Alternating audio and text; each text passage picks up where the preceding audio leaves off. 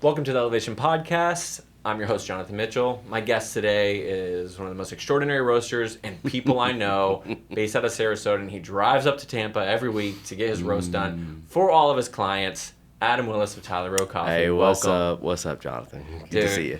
Great to see you, man. You're looking great. Fresh haircut. Yeah, I made sure it was clean for this. Oh, did you? Oh, man. Everybody's like getting nice up instead of me. I missed the hair and makeup trailer, I guess. So Yeah. So this is a podcast where I bring on people that I've met thanks to the world of coffee that are creative and kind of share the same goals that I have in just in life, that we are here on this planet to create and have community with each other. And you're one of those people. So I thought of you and I was just like, I need to get him on the podcast. And why not? Yeah. You're out there roasting. The podcast studio is only 100 feet away. Even. I don't know, maybe a little bit further. A little bit. Not quite a football field there and stuff. So I'd like to start like we met. How did we meet? And I remember it as clear as day. I was invited by Yellow Rooster to go brew coffee in their booth at the Orlando Coffee Expo, was it? Coffee Fest or something. Something. It was one of those big ones that has all the Roast Magazine and everybody's out there. Yeah. And you stopped by the booth, and that was when I met you. So No, I mean, as far as meeting you, that's the first time I met you, but we've been fans of Elevation Coffee for some time. Oh, stop. And so, keep going. Really though, I mean, it was kind of fun. Last night I told my daughter, I said, it's kind of cool to just get to go talk with Jonathan, who owns a shop that we've just admired for quite some time. And so really it is an honor to be here and honor to sit next to you and learn from you. I mean, that's what we've been doing over the last, several months, I guess, that I've been up here roasting. And I'm really thankful for the time I have getting up here and making it happen. So dude, it's our pleasure. Thankful for the relationship for sure. No, we're thankful for you, man. It's just like you are the target audience for what we built Autonomy for, is the people who, again, share those same visions and passions and want to pursue excellence in coffee, but not just because it's excellence in coffee, because it's the providing that benefit to other people who are out there that have community spaces to provide for them. And I actually was even talking with a guy this morning. I opened up my Northdale location today. Oh, awesome.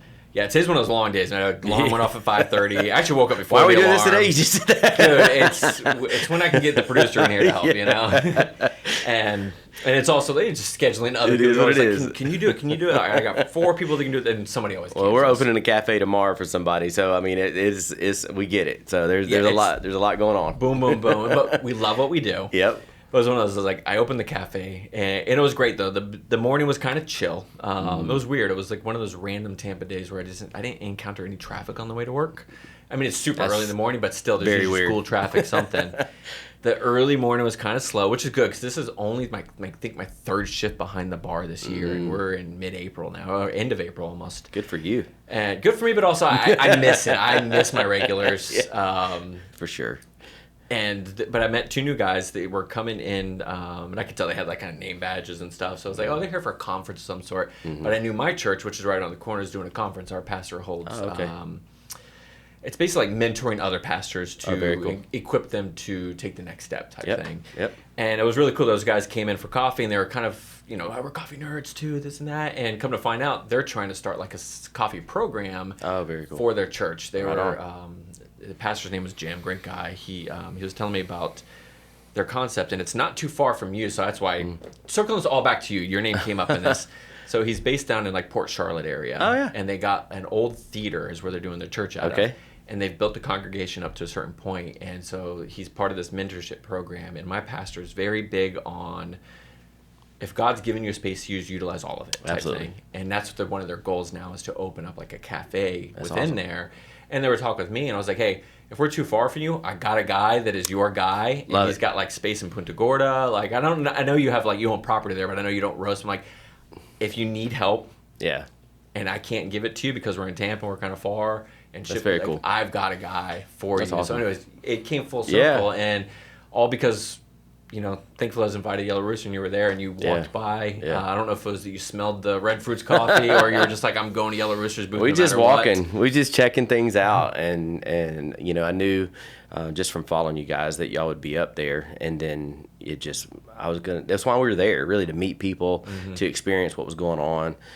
We're still very new to the whole coffee culture when it comes to the business of it, the industry. And so just to be around others that are, the others that are doing it and doing it well, the whole point of going to that was to get to know everybody. So, I mean, this whole coffee thing is wild. It's a huge learning experience, way more than I thought. It's constantly changing too. Yeah, I mean, we set out really to.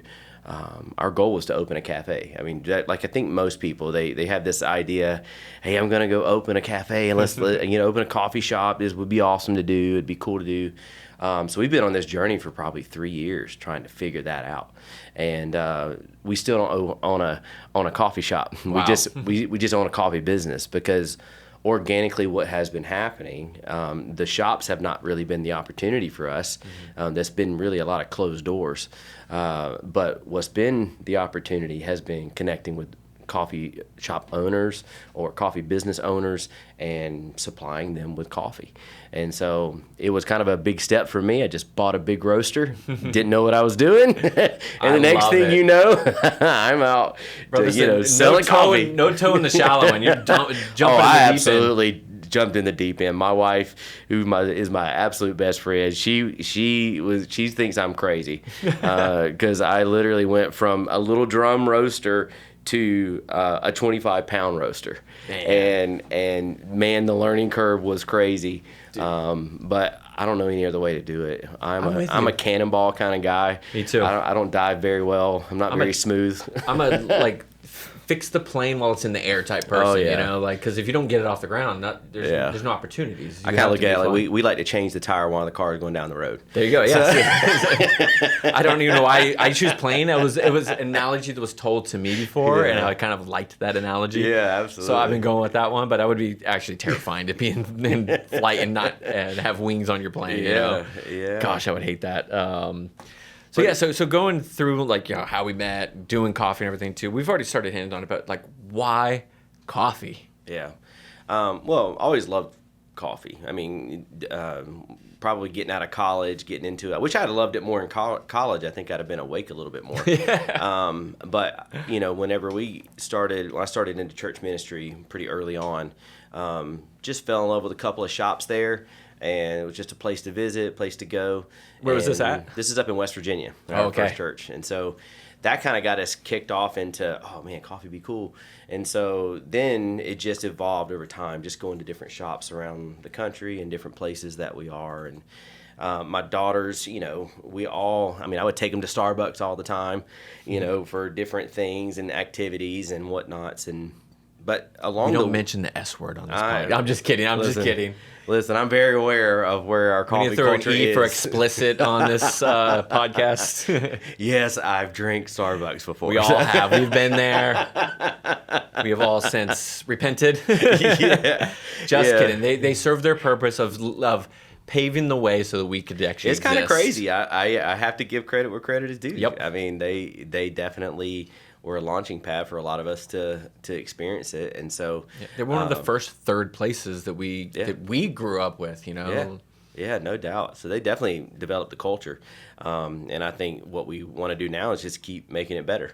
And, 100%. And what's cool, side note, I think what's happening in more local shops is pushing on even Starbucks to get better at what they're doing. Yes. So I've noticed that, and so I'm all for it. Come on, local guys, let's go.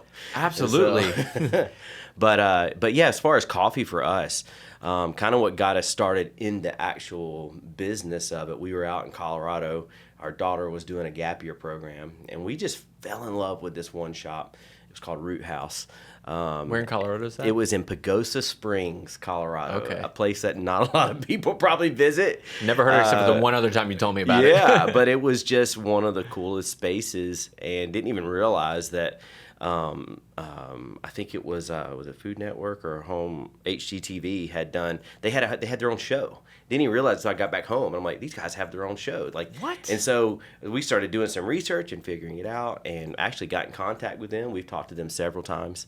They are incredible, but they created one of the most amazing spaces that you wouldn't want to leave. Wow. And it had kind of looked at it like a really cool Cracker Barrel met a awesome coffee shop. Interesting. So okay. it was like you could buy the coolest stuff, hats and axes and journals and Wow. just super cool stuff. So like a full retail section. Oh Almost, yeah, like merchandise, everything. Oh yeah, I spent way too much money the first time I was there, and but the experience, we kept wanting to go back to it, and I think that our heart is to build community. I mean, that's been my career. That's been what I've done.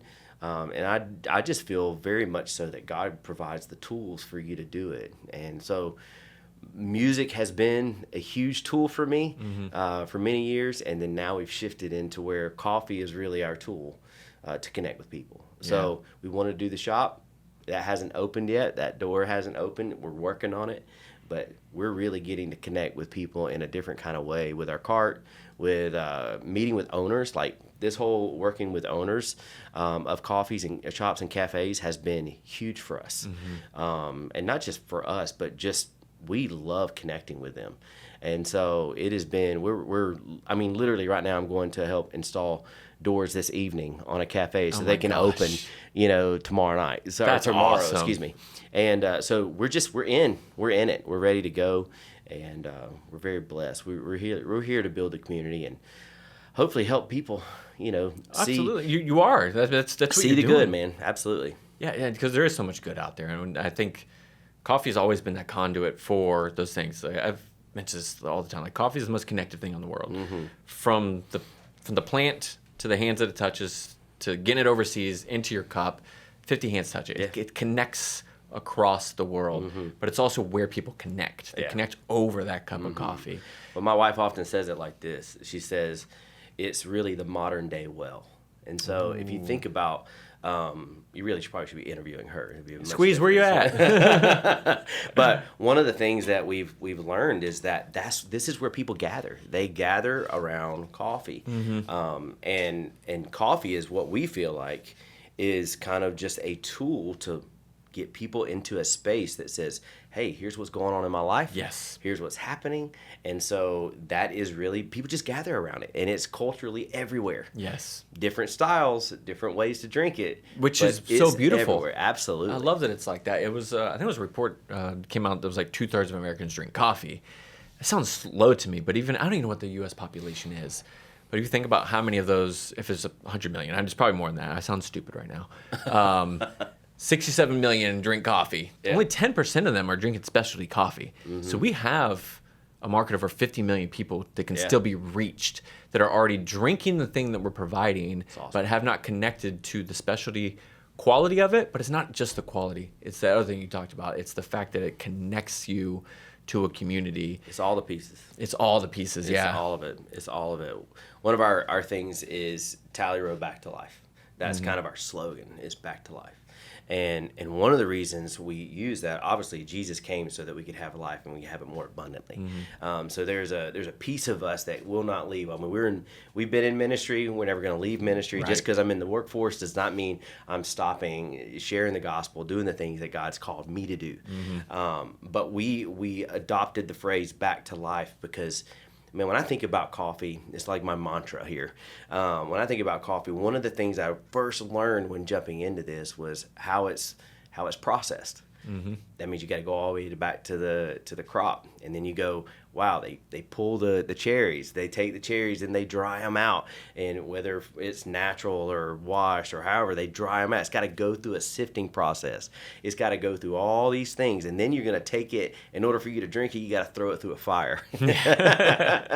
How many fires have we been in, right? Yeah. You got to go through the fire. You got to get roasted, right? And even in the roasting process, there's that whole every level of what's happening in that roast, and then it doesn't stop there. Then you got to make it, so that you can drink it, and that takes time and that takes effort. Every single piece of what it takes to have a cup of coffee in the morning. There's purpose in every single step. Absolutely. And it's usually the first thing that everybody experiences in the morning. Right, and it shouldn't be considered just this commodity thing that you do. But it's one of those things that is it wakes you up. It brings you back to life. It brings you back to life. So let it be a reminder of what, even for us, what God has done for my life, what God has done for my heart. He is the creator of it all, right? And he created something that we can experience and have joy behind it and have goodness behind it. And so, man, it tells the story without even having to tell the story. It truly does. Like you said, it's just this thing that's naturally grown. How did we find out? That's the thing. You have the goat that ate and they fed out. But like you said, that whole process is wild. That coffee even exists in the form that it exists in as a drink. Yeah, it's a seed of a fruit that we had to, like you said, we had to process it some way, wash it, natural process, honey process, whatever it was. We didn't know what we were doing. The farmers didn't know what they were doing at the beginning. And then you get to the point like, oh, you know what, this thing doesn't taste right. I'm going to roast it now. I'm going to put it. Nobody like tastes like a rock. Right. Who thinks these processes through? This is like, it's a miracle that this caffeinated beverage got into a cup for us. And that we actually, thank you, Jesus, exactly. And it's, like you said, the caffeine part, it brings you back to life. But it's like the conversations we have over coffee bring you back to life. That's right. That's right. That's what it's all about. Yeah. I mean, if we're not about people, we're not about relationships, then what are you about? Yeah. What's the point? And so, like, it is very much the people business. Is again, back to coffee's my tool. I love it. I think it's enjoyable. There's so many things you can do with it. Espresso, pour overs, cortadas, whatever it is you like your drink. There's just so much around it that is just. Yeah. It makes it a lot of fun too. Absolutely, coffee in a vacuum is fantastic. Yeah, you take the vacuum out, and it's literally the world of possibilities that come with it, and that's the one thing you were mentioning before. You wanted to do a cafe, but the doors have never been open for you. And I would always say, don't knock down a door that doesn't belong for that, because cafes are hard to keep up and keep running and keep going. Today, I was getting text from about a clog in the one of my shops. Yesterday, we had to go to Home Depot to fix another one of the shops' water thing. It's just those constant things just to keep it going. But it's all worth it for, like, the young lady that I just interviewed here before. She has her own business now. I've known her since we opened, because I met her and her dad first, because they were looking to open a coffee shop themselves. Because she was just a creative person. She knew she wanted to do something. But they became regulars. Their whole family became regulars. We go to their house to play board games with them now. So good. We would never have met these people. Absolutely. Everyone's right. She's getting married in 3.5 weeks, and we're invited to the wedding. It's just like those connections. That's somebody we would have crossed in the Target aisle and never have looked the other way. You know what I mean? But because of coffee, we are part of these people's lives now. We get to see them live. And I know the grandma. You know what I mean? It's just like coffee does that. And you can't name another thing that really does that. There are other great communities. Beer has a good community, but it doesn't do that. I would even, I don't know if this is controversial or not, the church has a good community, but it also doesn't do that sometimes. Yeah, it's usually churches happening certain times of the week. You have your small groups that you're a part of. You got to be intentional about that. Coffee is just an open door at any time, any part of the week. Usually, all throughout the week at any point, you can hit up, even if it is a Starbucks, even if it is a whatever, you can go into that shop. You usually can see some people sitting down, chilling, hanging out, being a part of the day. So, it is a different kind of thing. Yeah. And I think that's one of the big reasons we wanted to do it. We didn't want to just be on Sunday or just a certain time of the week. We wanted to be that open door. So, wherever you're at in your life, whatever's going on, you have a resource. You have something to come to. And so I think for the fact that you've been able to successfully launch a few shops says a lot about successfully.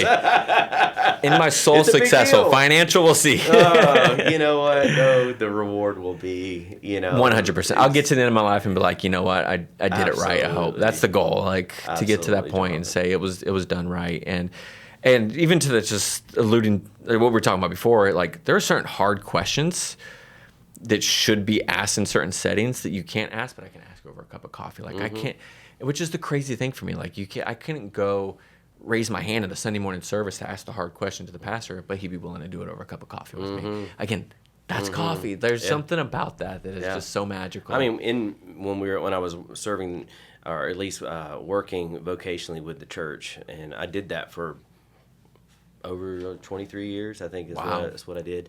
And I would say, that's most of our pastoral conversations that we would have, time would be right there at a coffee shop somewhere close by that we could just sit down and look at each other and just chat, talk.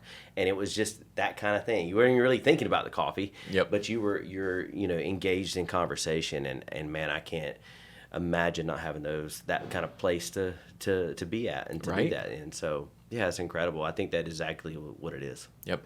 And then on top of that, you're able to help other people provide building communities with the coffee you're roasting. But one of the things that I think is really cool with you is that you bring your kid into work. Your wife's involved in the business. Absolutely. Your other kids help with the pop-ups and stuff. Yeah. Having a family work in the coffee business, like what's that like? That's a great question. And it has many ups, and if they're going to see this one day, or they're going to watch this and go, "Oh, we'll tell you the truth." But yeah, no, it's got we'll have a kid joy. Tell all after this. yeah, bring them in and we'll ask them what they think. But yeah, no, it's been really good. I mean, for the most part, obviously we've had to work through things and learn things.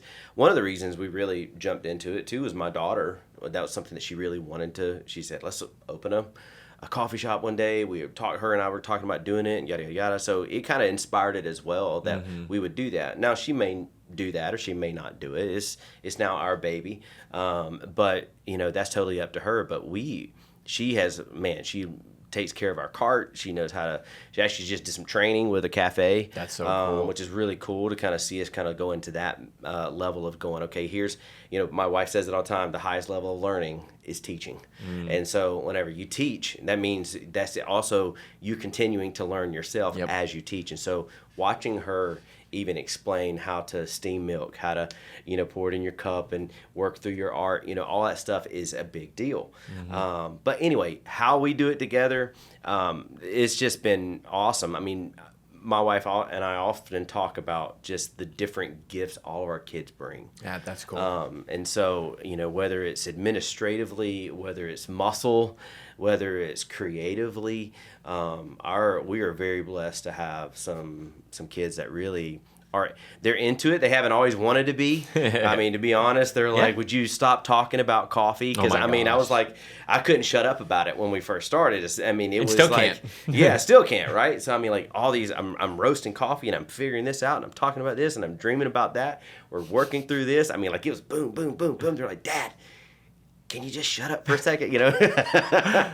But Mom, get down. Yeah, like get control of it. But no, it's been really, for the most part, we have really learned how to work through it with the different things that are going on. I mean, Molly comes here and works with me a lot here at Autonomy Lab, and so just bagging, logistics. She has been just doing phenomenal in that area. Headphones in, she's locked in. Locked in alpha mode and getting this thing done. Yeah. Even today she couldn't come, but she made sure I had everything ready to go in the car. What a trooper! Oh my gosh! And so yeah, I'm very blessed by her. And then my daughter Hallie, who really she's more of my barista and training, and then Molly, who works in a lot of the logistics. Everybody has worked the cart.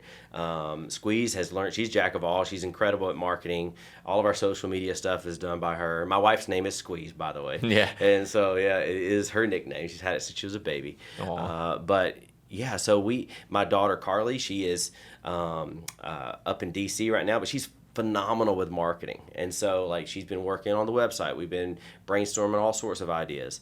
And so cool. You have an entire network in your house. I do. You don't have to go outside of that are all creating. What a blessing. And we do pay them. Why? No, I'm just kidding.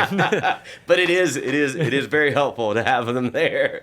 Yes. It's kind of crazy. And then my daughter Bailey, she's just really young right now, but man, she's a joy and just gives hugs and takes care of us in so many other ways. That is just very helpful. So I'm very, very, very thankful for my family. You gotta have it. There's nothing. There's no better. way we would be where we're at doing what we're doing if it wasn't for this crew. And I mean, all of like Squeeze is literally just work. So we work with a lot of ladies that own cafes, which is awesome. Excited to see what's happening in that area. These ladies that own the cafes that we work with. They're doing a phenomenal job. So Squeeze has been just a voice for them and a support for them in so many ways. And so, yeah, there's just everybody's playing their part, and we're getting it done. We're growing. We're learning, and so I am very blessed to have the family. Dude, it's great to have your family behind your back. So you've seen these quotes all the time, and I saw one on Instagram the other day. It was one of those where I was like, do I share this because it's real, but it's also like I don't want to hurt anybody's feelings for it. And it was a guy like, it just one of those reels. It was like, oh, your friend will ask you how your coffee shop's doing while holding a Starbucks cup in their hand. You know what I mean? And which is very true. There's a lot of people that are like that. Yeah. And it's well-intentioned that they're asking, but they don't support it. But to have your own internal family, so not just support you, but actually actively part of it, is great. Like I'm blessed. Like my wife doesn't drink coffee, does not like coffee. She likes the smell of freshly ground coffee, but she doesn't like the smell of coffee while it's being roasted. You know, she's very particular, but she will still come in here. Like last week, I was in a pinch. I needed stuff bagged, a big last-second wholesale order that came in. She came in and bagged it, like, because we were running it. My daughter's in here helping all the time, and I pay her big bucks to do it, $1 an hour. She asked for a raise. You by law, I don't have to pay her by law, okay? I'm just kidding. I'll do time and a half. Time and a half. We'll give her time and a half for this one. $1.50. We'll bump you up. Yeah. She loves it. It's like her thing, and it's just working with your hands. There's something I was talking earlier about that, like it's been lost on these generations now. We're so used to this isn't working with your hands. Work with your hands, dexterity, tactile, like getting something done with your hands. It doesn't just reward that thing. There's just something ingrained in us that's just like, that's a job well done. Yeah. Getting it done. We were created to work. Yeah. I mean, that is part of it, right? That's what we are made to do. And so we say it all the time, work is unto the Lord. Like that's one of the, it's scriptural for us to do that and to not work just because you want to impress somebody else or work that's because the worst reason it's going to make you more money. You just work because at the end of the day, you are created by Him, and so you honor the Lord in your work. And so, we talk about this a lot in our home. Like it's not just you're not just doing what I'm asking you to do. You're doing, you're working it as unto the Lord. Period. That's how we roll. That's how we roll. Yeah, and I grew up. My dad always been a hard worker, so I had a good example. Even though like parents are divorced, but we always saw he worked 3 jobs to pay the bills for us. Every time we were around him, he just instilled the work thing into us. Even like we would joke sometimes he'd have us do a little bit of yard work, and the weekend he got to have, but it was instilling those things in us. And to this day, he still helps me build out my cafes just because he works with his hands. He taught us to work with our hands, but he always taught us like it doesn't matter if you don't like the job, you're going to do it the best you can. And then finding out later on when I became a Christian, this is a biblical concept. Like no, like it's not just for the fact that you're doing something to benefit somebody else. You're still going to learn from that job. You're still going to learn something, whether it's mopping a bathroom or putting boxes together in a factory. Like I've done all those jobs, so I'm going to do them the fastest and the best. I'm going to be competitive with the person next to me because I want to do the best at what I'm doing, because down the road, you may not realize that you're learning something in that process as well. Yeah, well, it's not just for me; it's for the others around me, right? So I'm doing this as really to glorify the Lord, but yet I don't know who's watching. Yeah, correct. I don't know who that I'm doing it for necessarily all the time, but the fact that even to roasting, I'm going to roast the coffee to the best I know how, give it the best quality I know how. I don't know who's on the other side of that cup that's going to drink it. You're right. Right? And so they have a moment to then go, oh, that's a Tally Row roasted that. Who are they? Back to, they're going to learn real quick if they research who we are and who we represent. And whenever I put that on the bag, or I take that into any story that we tell, that we are believers and that we love the Lord with all our heart, then I want that cup to represent that. Right. And so I'm not ashamed of it. I'm very thankful for it, and I think that there's room in every aspect. That doesn't mean I'm perfect. By far, I'm not perfect, but it means I'm going to give it the best effort that I possibly can. I still have tons to learn about roasting.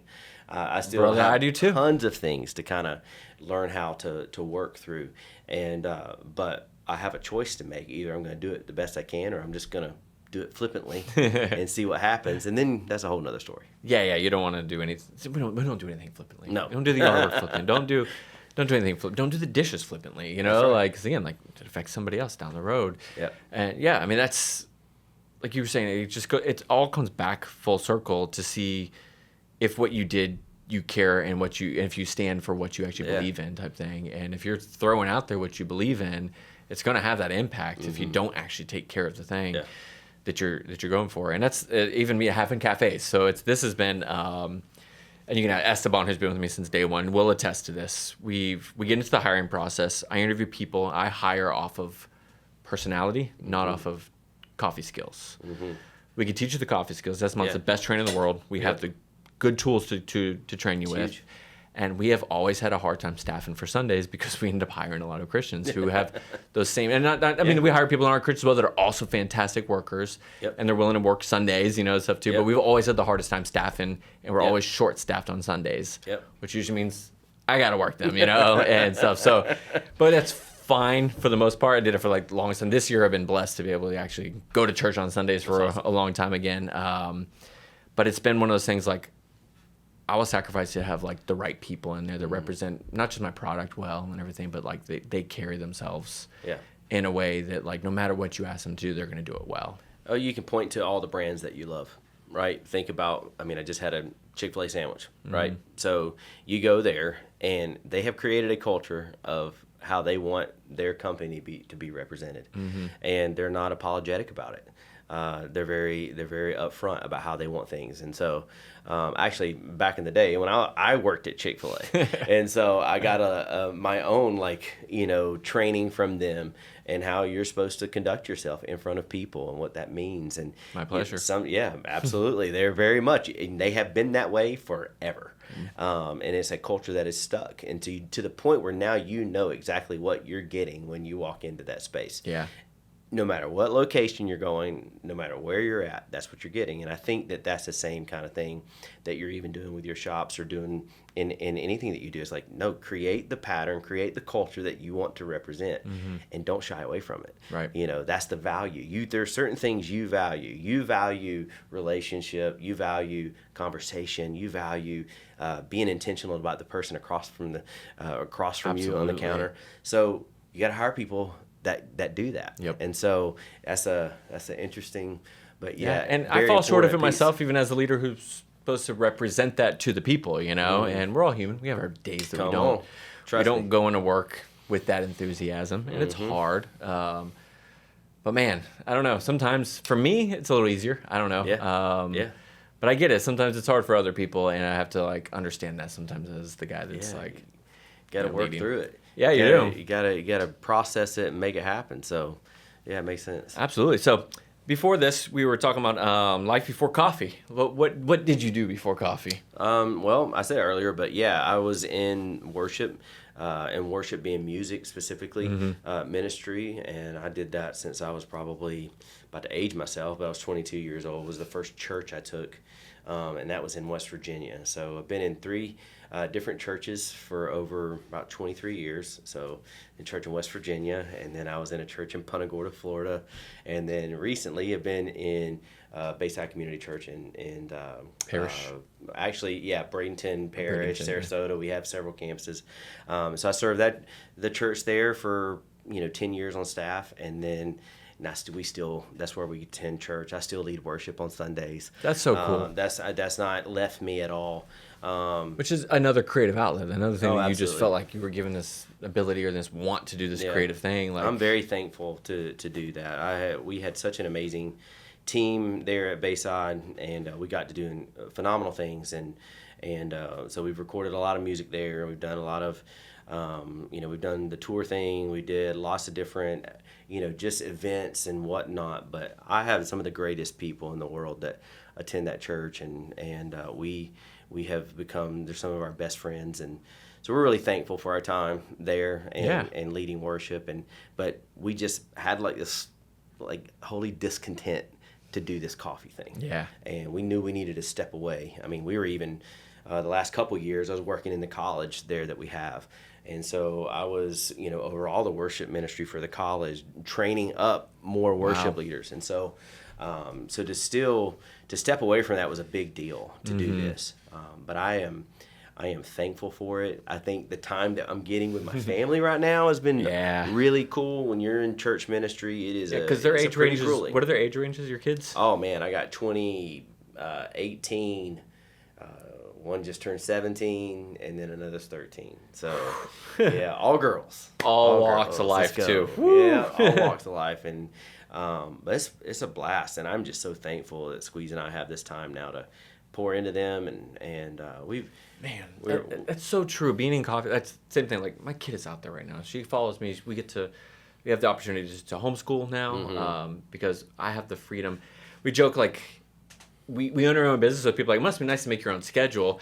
It is, but we still work like 20 hours a day type thing, you know? It's just, we get to rearrange our 20 hours. My daughter said the other day, my oldest one, she said, Dad, it looks like you traded your 9 to 5 to a 24/7. Yes. But literally, but it's your 24/7. That's right. That 9 to 5 in the middle, like, yeah, sure, there's parts of it that were you, but there's part of it that weren't you. And there's nothing wrong with the 9 to 5 at all. I did it for almost my whole life until this. And there's certain things that are beautiful in it. This, though, it's my 24/7. That's right. But that's the thing. If there's stress from that other thing, I could always blame it on another thing. If there's stress in this, it's my stress. I got to learn to deal with it. And it's easier to deal with it when it's your stress, if that makes any sense, because absolutely, it's my circumstances that I can control. So I can either choose not to take this awful client or whatever it is, or I can choose to try to grow the business this way. Like, it is your stress, and you get to decide which avenue you want to go down. I've been off staff for almost a year now, and I would say that's exactly the way it's felt. It's like, okay, it's a lot of work. There's a lot of things that we're going through, a different kind of stress that we have in front of us, but it's just different. Yes. And I knew I needed to get out and do my own thing, and I was so great with my pastors. Were all really great to work with through that process. Matter of fact, the last meeting I had with our lead pastor, he said, if you weren't coming in here to tell me you were going to do the coffee thing, I was here to tell you need to go do the coffee thing. I love it. And so that's how much it was a part of us. And so so just the support of that, but yet getting out there and actually doing it, being a part of it. I mean, I am just overwhelmed at the goodness of God through this process. And it's scary. It's really scary at times. It is. But it's also really, really good. And so I am, I can't imagine doing anything else right now. Dude, I mean, it's, everything that happens that's good in it is yours. Everything that happens that's bad in it is yours. And that's a good thing. Like, in life, we get to choose how we respond to those things, but it's easier to respond to them when it is yours, and there's nobody else to point the finger at but yourself. So it's growth happens in those areas. And you kind of alluded to earlier, like, we weren't guaranteed a stress-less life when we followed a certain path, right? In fact, the Bible says, in this life you will have trouble. Exactly. See, so if we can somehow not minimize, but choose where the trouble is coming from or which direction, and it's something that we choose. If it's a brick wall, and rather than beating our head on it, we know that there's an easier way of going over it or around it. I know those are bad analogies, and I'm always trying to use these stupid analogies. But man, that makes life a little better. I don't know, because they're always every challenge. You're gonna have obstacles. Every challenge brings you the ability to grow. Like that's one-on-one life. Like, if you don't grab hold of that, then you're gonna live really frustrated. But if you can see it as opportunity to grow, I mean, I think it's James 1 says, count it all joy, though we face trials of many kinds, right? And so, like, it's going to happen. But why do you do that? You do it so that it can build your perseverance. He can make you more mature, and, the endurance to do it. So one of the things that I've been involved in my life, especially over the last 10 or 15 years, is endurance sports. I run. I've done, actually, about a year ago. No, I'm just kidding. I know, right? A year ago, I did my first ultra. So I did like a 35 mile run in up in the mountains of Georgia. And again, why? It's that weird, crazy, that it was kind of a wild thing whenever we were up there and we're in the woods. You're running in the woods the whole time, and we're probably about mile 20. Now, up to this point, I've already fallen, I don't know, 5 or 6 times, like tripped and just like smashed my face. I mean, it was horrible. Like, but it got to about mile 20, and I just stopped in the middle of the woods, and I just yelled to the top of my lungs, got it out, and I finished the rest of the run. That's and so, great. like, it was something about just pushing through, getting to the other side of it, not worrying about, like, instead of worrying about getting to the end, it was like, just take the next step. I love that. Just hit the next thing. So I got in a stride. So when people ask me about that run, I just tell them, like, listen, it was the last 10 miles were my favorite. Oh, wow. And so sounds like it would have been less brutal, but it would. It does sound like that. And most people said, yeah, that was like the worst part. But for whatever reason, the lesson I needed to learn was to get through the first 20, and then you're going to learn how to run this thing. So when I got to the end of it, whenever I saw a hill, I hiked it, and then whenever I saw a downhill, I just kept running. That analogy speaks to business right there, too. Absolutely. The first 20 miles is the roughest. You're going to fall. You're going to scrape your knee. You're going to hit your head. You're going to, and that's what we do in life. We get the opportunity to either complain about the obstacle that runs in our way. Yeah. Or find a solution to it. Yeah. You found the solution. That's right. You let it out. That's right. let that wild man I did what I needed out. to do. It's still echoing in the Blue Ridge Mountains. I don't even know. Yeah, I don't even know who heard that. I don't really care. Exactly. You didn't care. I was in so much pain. I was like, I got to get through this. And so, I love it. There were so many things. There's so many exit signs, right? Exit here, exit there. And you're like, no. Actually, there wasn't really an exit sign. The only exit was to get it over with. Oh gosh, right? Like you just call the helicopter in. Yeah. You gotta press on. But I think that's it. There's a lot of times right now in this journey of, let's just call it life, the life journey.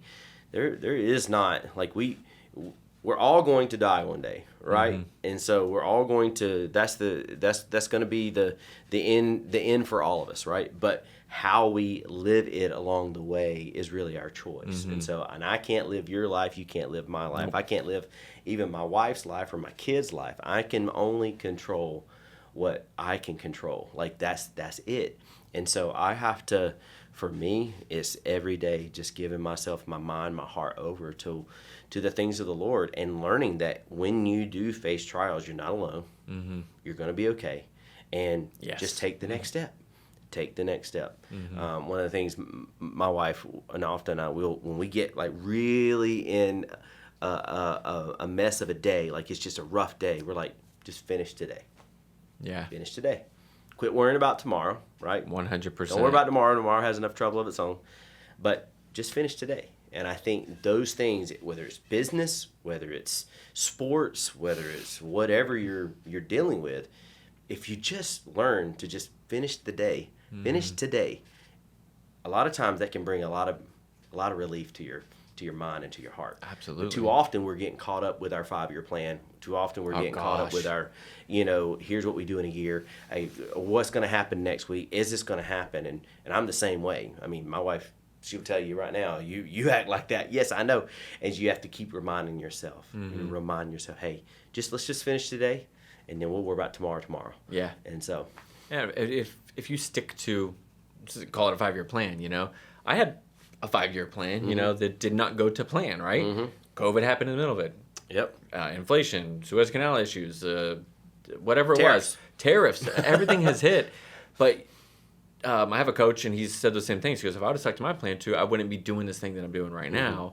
He goes, you have to be, like, I don't remember his exact quote, but malleable in your plan, Absolutely. Like, you got to know what the goal is. Yeah. But there is no end to your thing if this is what you truly want to do. There's no end goal to it. The goal is living it, doing it till the end of your days because you love doing this thing.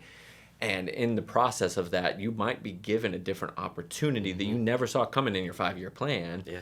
I didn't plan on opening Autonomy Coffee Lab in 5 years, and it happened, That's awesome. And it was always one of those long-term, that'll never happen goals, I had different other goals that were smaller, and they didn't happen because something else got in the way, or small issues got in the way to stop the smaller ones from happening.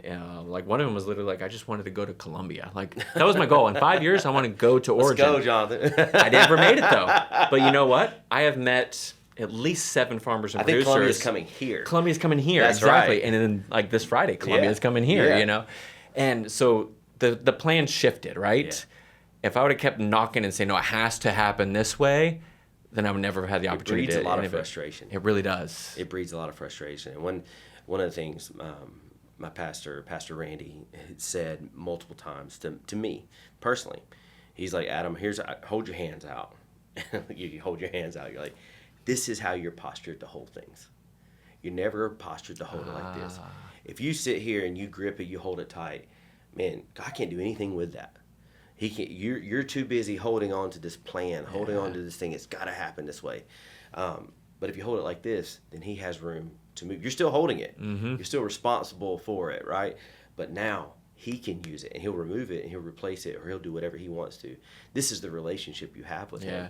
And it's more freeing on yourself too. Oh my gosh! Like this, you're tense. There's a lot of tension that's just not necessary. Yeah. And you weren't designed to carry. I mean, this has been I feel like my life. I needed to hear that. It's been my life's journey to learn to work at rest.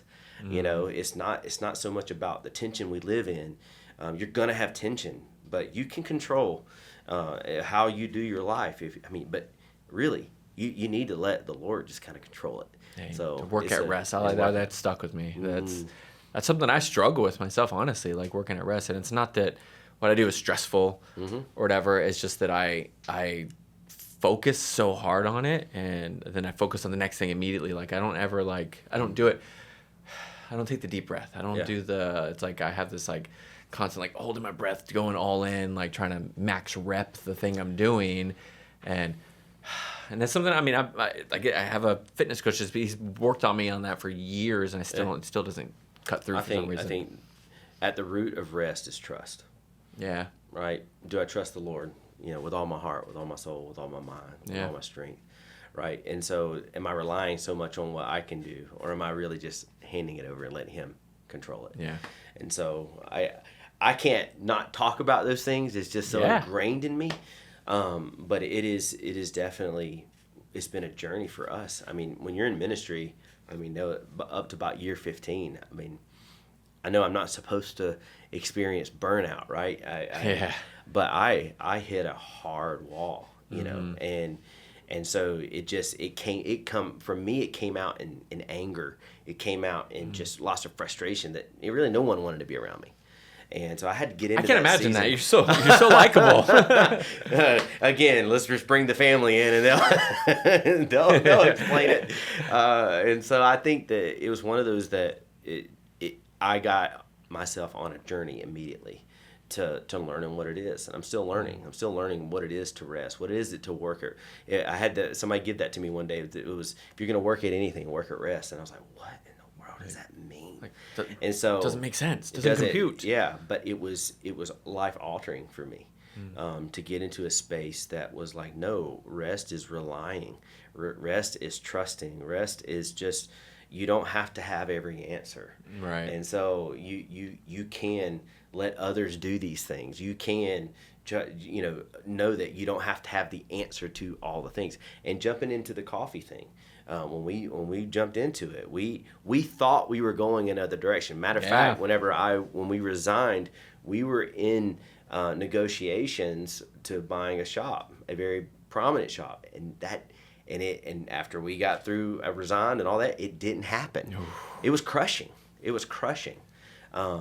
And it was a lot of learning to figure out, okay, well, how are we going to do this? Absolutely. It was, are you going to do this or are you going to do this? You're going to hold on to your little plan? Right. Or are you going to trust the Lord with all your heart, with all your soul, with all your mind, with all your strength? And so that has been, bro, that's been our journey. That's been, you talk to Squeeze and I, you're going to get this conversation pretty quickly because it's just been, it's what we've been walking through. No, I love it. And I think there are many, many people that are going through the same valleys, if you want to call it a valley, and it's great to see that there is light at the end of the tunnel. There is, but it doesn't mean there's not going to be another valley. Yeah. And the thing, like you said, we're not promised anything. Like I wondered if I would even get to say this because it was like the little phrase. There was a song that was put out many years ago, and did you write it? No, it wasn't part of this one. But the phrase has never left me when I first heard it, and it's kind of crazy that it stuck like that because I don't listen to the song often. But it said, "What used to seem like a rainstorm now feels like a simple rainfall."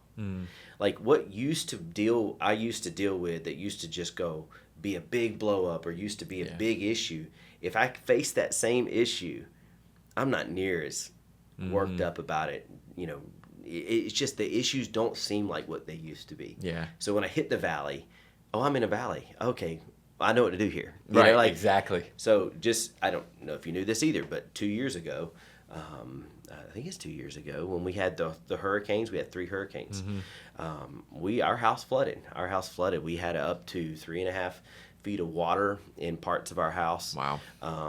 Flooded our barn, flooded my roaster. Wow. So, I mean, right before it was coming in, I run out to the barn. I'm picking up the roaster, That's right, putting it we on blocks, trying to get it up out of where I didn't know what was going on. We just knew the water was rising. I don't understand. A 10 kilo, was it 12 kilo roaster? 12 kilo. Those things are heavy. Yeah, fortunately, I've got a very large neighbor. Can help me lift stuff. 600 pounds probably. I mean, it's huge. Yeah, it's huge. insane. But I'm telling you, talk about learning how to walk through and navigate hard times. Yeah. But to watch, my wife started doing, we started just doing thank yous. Like, here's what I'm thankful for. Every day she would post it. I'm thankful for this. I'm thankful for this. Because that's where you get to, like, okay, what are you thankful for? Yeah. Like right now, I'm super thankful for my family. I'm super thankful for, we survived it. Absolutely. That these seasons, like that was one of the hardest seasons, but it was one of the most, like, I felt more peace through that moment. Yeah. Wow. Through those months of doing it, there was a lot of frustration. But when somebody would say, "Hey, we've been praying for you," I'm like, I believe it. Right. Because right now, I don't know how I'm handling this like this, but I am blessed and I am thankful. And the people that came around, it's like, imagine the worst. Imagine the worst thing that could happen to you, and go, okay, the Lord is going to take care of me through that. Right. That has been our journey. Wow. And so, I love that. And then now you can imagine the best. You've been through the worst. Yeah. Now you can imagine the best, and you can hope for the best. And it's one day at a time. It is one day. You're right. Yeah. Like, yep. One day at a time. Dude, I've just even in this facility, like, we've had our own ups and downs with the roasters going down. Like, you were part of one of them at one point. You had 20 pounds of green just stuck in the middle of the roast, and the computer said Not today. Yeah, it said not today. One day at a time. Yeah. And we finally got it fixed. Takes weeks, but we got it fixed. One thing I love about you, though, in any of those moments, you're probably inside just going, what is happening? But the way you carry yourself through those moments is really something even I've been learning from. Oh, thank you. I appreciate that. You have a very calm demeanor in those situations. I try. I mean, I kind of have obviously a similar mentality and foundation that I have. Yep. So there's those things that where you're like, if the world collapsed underneath me or around me, what did I actually lose, right? No, like that. You still don't lose your foundation. You don't still lose those things. The rest of it is circumstances. And again, we get to choose how we respond to the circumstances. Yeah. And that's something that I've always, again, it's not always easy to respond properly. And I might choose to respond differently in traffic in Tampa than I do in an actual thing here, which is probably worse here, and I take my frustrations out there. But yeah, it's just, if I wake up the next day, it's okay. Yep. I woke up. I have my wife. I have my kid. Like, those things are good, Like, I've been through enough loss and gain in life to know that, hey, man, if you made it through it, you made it. That's the blessing, actually. Yeah, that's where it's at. That's good stuff, bro. For sure, dude. Do you have any new projects in the works or anything? Oh man, which one? Like, I asked Squeeze on the way here. I'm like, what new projects are we working on? Jonathan's gonna ask, and she's like, well, which one? Every morning you wake up with something, so, right? Honestly, we're learning, or we really are. We are working towards getting a shop one day. So we live in a little town called Parrish, so it's just north of Sarasota, and north of Bradenton, and we love the community there, and so our church is there, and we would love to plant there. So that's what we've been working towards. That's always, until that probably happens, I don't know that I'm gonna truly settle down. And so, like, we're working towards that. But on the other side of it, just we really are wanting to grow in our capacity to serve the cafes and to make sure that they're taken care of, whether that's with their machinery, whether it's with, providing great coffee or new coffees. Every shop has its own thing that they're kind of working through, or just consulting them and taking care of them. Like we're actually inviting all of our shop owners over to the house here in a couple weeks. Wow. To basically just have a dinner with them all, and hopefully create even a network within these shop owners that is so cool, that they can have just kind of a round table type discussion and about what's working for you, what's not working for you. And again, this is just us taking concepts and things that we've known and how we've networked in the church for many, many years, and hopefully bringing it a little bit into the cafe world. Right. Because I do think a lot of these owners are working so hard. Like, we watch them work so hard and not get a lot of support, and not have an opportunity for that. It's lonely out there for a lot Absolutely. of cafe owners of a small business in general. There's a lot of front facing things that don't seem like it, but on the back end, there's loneliness out there because they wonder, is anybody else struggling like him? Is anybody wondering if they're going to make payroll this week? Like, I've been through those things, and it was one of the things, again, when my coach said that, like, he ran one of the most successful gyms in New York City for 15 years. He trained Hugh Jackman, Ryan Reynolds, all those guys, and he literally told me one day, he was like, I almost missed 37 37 payrolls. People don't know that. Wow. Yeah, and it's just like, because all they look at it and then they see him train Ryan Reynolds, they're like, well, this guy's an overnight success. He's like, I had 25 years in the business doing this to get to that point, and went through all the struggles, And I get to, we're getting a real, before we even own a cafe, we're getting a very up close and personal look at how those things are being done, and watching these owners kind of walk through what they're walking through. We got a couple of girls that are opening a play cafe right now.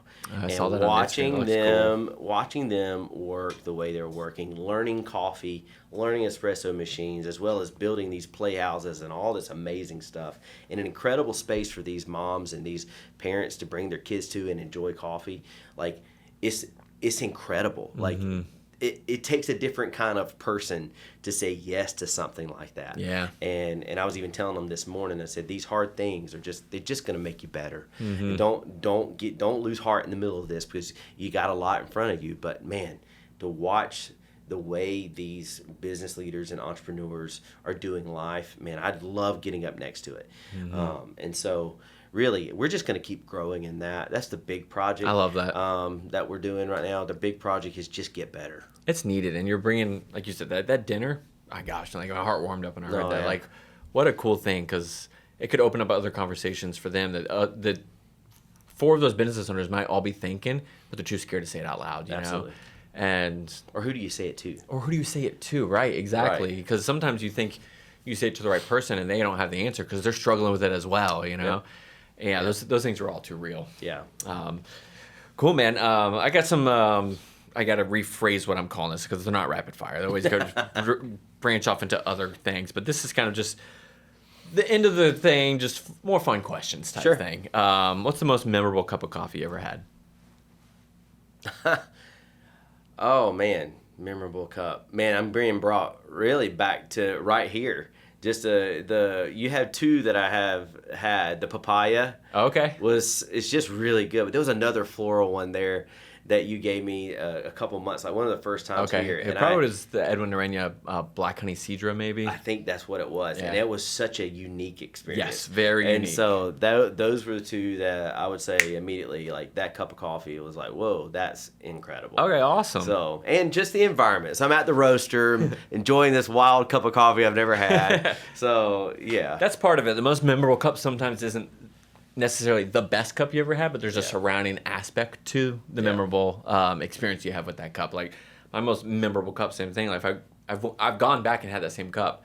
Objectively, it's not a great cup of coffee, but at my time of life, when I was only drinking McDonald's and Starbucks and all those things, and I had that first clean cup of coffee, I'm buying a roaster, because that's what they did. That's what was different about this. It's freshly roasted, and they didn't burn it. That was it. And I was like, so I can get that in my cup of coffee when I'm working full time and going to college. Add a bunch of stuff to it. And I don't have to add a bunch of stuff to it. I'm sold. That's awesome. What is your coffee order when you go to a cafe? Well, Okay, so I'm a sucker for a specialty menu. I love it. I love a good pour over. I love drip. I will try a drip a lot of times if I've never been there. I want to see what that's like. But really, I want to try what flavors you're mixing together. Okay. And so I really do enjoy like going to the shops and seeing what they've creatively put together and making it happen. A shout out Daycation in St. Pete. Gosh, yeah, they threw kill some it. wild stuff together. I was like, this is crazy. And so that's one of the things that drew us to your shop. You had some really creative drinks. That was all Esteban. I'll give him all the way to go, credit to that. Esteban. He's That always was done really that. good. And even Van, our head baker, she pitches in ideas for those because she has that culinary mind. She's just like, this will pair well, especially if she knows what espresso we have on. She goes, this will pair well with that. I love the art of that. I think that's really great. Obviously, you got to have good espresso, good cold brew to make those things. So the roast matters. But really, in addition to that, creating great flavors is awesome. That's cool. So then what's your favorite specialty drink that you have created at Tally Row? Oh, man. So as far as created, my daughter created, it's really nothing wild, but maple bourbon latte is like a standard for our cart. Like anytime we go out, people want maple bourbon syrup with their lattes. It's just hooked on it. It's like they expect it. You can't not have it on the menu Cannot anymore. have it on the menu. It's going to be there. But recently, the chocolate covered strawberry has been an absolute hit. And so I don't know what it is about that. When I was doing Starbucks before, the specialty world that I'm in now, it was always a mocha. I'll have a mocha. I'll have this. We're a skinny vanilla latte guy. No. And so, give me all the things. But whenever she created that chocolate covered strawberry, she's like, "Dad, you gotta try this." That's great. And I'm telling you, it's a hit right now. It's a standard. And which coffee were you pairing that with? Oh, so actually, the Red Bomb from Los Cedros. Those coffee people. Those coffee people. We were actually doing it with that, and that's where it was like over the top. Dude, that coffee, I already loved that coffee before because we've carried it at Elevation, and then I was just at the SEA Expo, whatever it was, out in San Diego, and they invited me to brew in their booth with Juan David, the actual producer farmer of that coffee. So cool. So I was literally like, it just gave me that extra appreciation for that coffee with him explaining like what he goes through. Yeah, and how he's developed the farm into a specialty coffee farm and stuff. And now you're just kind of like, okay, I already liked this coffee. It was already special. It already had those fruity notes that I like. Yep. But knowing his heart behind it, again, when you get the full story, you're just kind of like, oh my gosh. Well, it's kind of interesting to hear that because what we called the coffee as far as marketing was called Love Letter. And so, and we think about like it just drew us to that name. Actually, my daughter Bailey said, "Call it Love Letter," and so we're like, "That's such a cool name." And then it just works with the coffee. What an amazing! I still have some. So I'm actually hoping this summer to reintroduce it. Nice. And so I've got another bag of it that we're gonna be. I bought a bag when I came back from that expo. So I'm like, I'm gonna re-release it because we had it already. I'm like, I just have this newfound appreciation for it where I'm just like, I want it back out there because I was just brewing it up over and over again and just watching people like in this expo that had other great coffees everywhere and they were just like, wow, this is so good, like and they're asking him like, why did you do it? And he's just like, it's just a extended fermentation, no co-ferment, no nothing crazy, it's just what we did on the farm, just an extended fermentation. That's incredible. And it was just like, and it was so cool to have him interact while I'm brewing this thing that he created. You know what I mean? I was just, it's just a fully connective moment, Very like you said, having Columbia come visit us at this point, Well, and we just need to get over there. So let's just make sure. I know, they literally, every time I see them, they always invite me. They're like, you have an open invitation. I'm like, let's go. I will. I just need to do this a little more and let the pieces fall in place and then just go. It's going to happen. Yes. I'm going to put you on the spot here. What is your coffee hot take? Coffee hot take. I guess, what do you mean by hot take? Hot takes are usually like, this needs to go. This, you know what I mean? Like, dark roasts are awful. Decaf sucks. Or decaf, I'm pro decaf. I don't really believe something that might ruffle a feather or two in the coffee industry. But you don't have to if you don't want to. No, I mean, I guess my hot take really is I really don't have an appreciation anymore for dark roast. Okay. And it used to be the only thing I would drink. Wow. And so, but once I crossed over, it was like, no, you can taste it on anything. And so it just feels like you're burning out what the coffee was meant to be. Death to dark roast is what I heard. Death to dark roast. I have honestly been dark roast free now for 2 years. I love it. I love it. You have the chip and everything for it. That's right. People still want it. I'm like, okay, but yes, you're also gonna want a creamer. So and I love that when people come into like one of the cafes and say, I like it dark and strong, and I'm just kind of like, hey, and you don't ever put them down. We don't ever like, hey, we don't dark roast anything here. I said, but trust me, this coffee right here will like it. If you don't like it, bring it back. I'll let you. And you know what I mean? I'll give you something different. Oh, you want something bold? Okay, well here, have a shot of espresso. Right, that's the thing. Yeah, if you need it bolder or whatever, if you want an extra jolt of caffeine or whatever, like dark roast isn't an extra jolt of caffeine. That's what people think just because that bitterness is in there. It's not extra caffeine. It cuts through the sugar. So, it cuts through the sugar, exactly. Coffee. So I know you have a background in worship and stuff too, but you're put on the spot. You have to sing one karaoke song. You get every word correct. Which song is it? Oh, none of them. I'm the worst with lyrics. So if I don't have my confidence monitor, I'm terrible. If I had, it doesn't have to be a worship song. It could be any song. Well, it's probably going to be a gospel song or something of that nature. My go-to in worship, if I have a moment where it's like they just put me on the spot, usually a song that I need to carry is "How Great Is Our God." Okay, yeah. That's a little old, but it's one of those. Dude, I remember when it came out though, because my wife and I, we were going to church. It was very traditional, with the choir and everything too. And that song was considered like a no-go. This is not being sung here type thing. Yeah. And it was funny. It was a little controversial for some reason. That's wild. But I mean, dude, there's so many great songs out right now. What I've struggled with lyrics so much, probably because there's just so many new songs, a lot of songs coming out now. To try to like really nail the good ones down is pretty tough. I mean, we have a whole team at Bayside that determine what songs we're gonna sing, and so it's a challenge. And it's hard because sometimes like I feel like especially in that genre specifically, like they tend to blend into each other a little too much. And then you also want it if the music is good, and there's if there's a music component to it that needs talent, that's a good thing, I think. You want to showcase talent that you've been given on the stage. Yep. But if the lyrics don't match foundationally what you're saying either, you can't go with lyrics matter. Lyrics matter. Lyrics matter. So you have to. It's like a hard thing trying to pick up those songs, and that's why some people will sometimes write their own or whatever. We were very intentional about lyrics, whether we're singing them, whether we're writing them. They really do matter. So, 100%. Yeah. If you could have coffee with one person, dead or alive, who is it?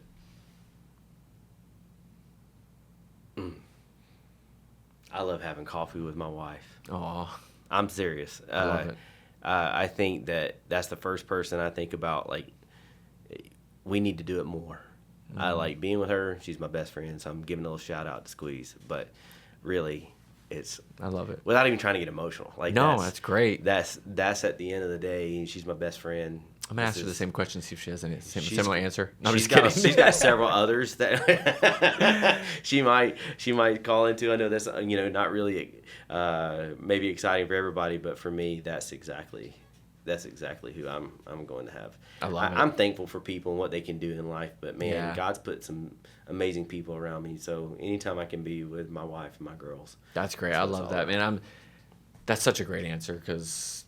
Most people, when I ask that question, you kind of usually close out the podcast because it takes a deeper second. It's a little more like serious question, and a lot of them are people who have either passed on. There's been those. It's I think that's the first one I've had where somebody like chose somebody who's still living, which was great. I love that we're kind of getting because for a while I was getting a lot of grandfather answers, which is a great answer.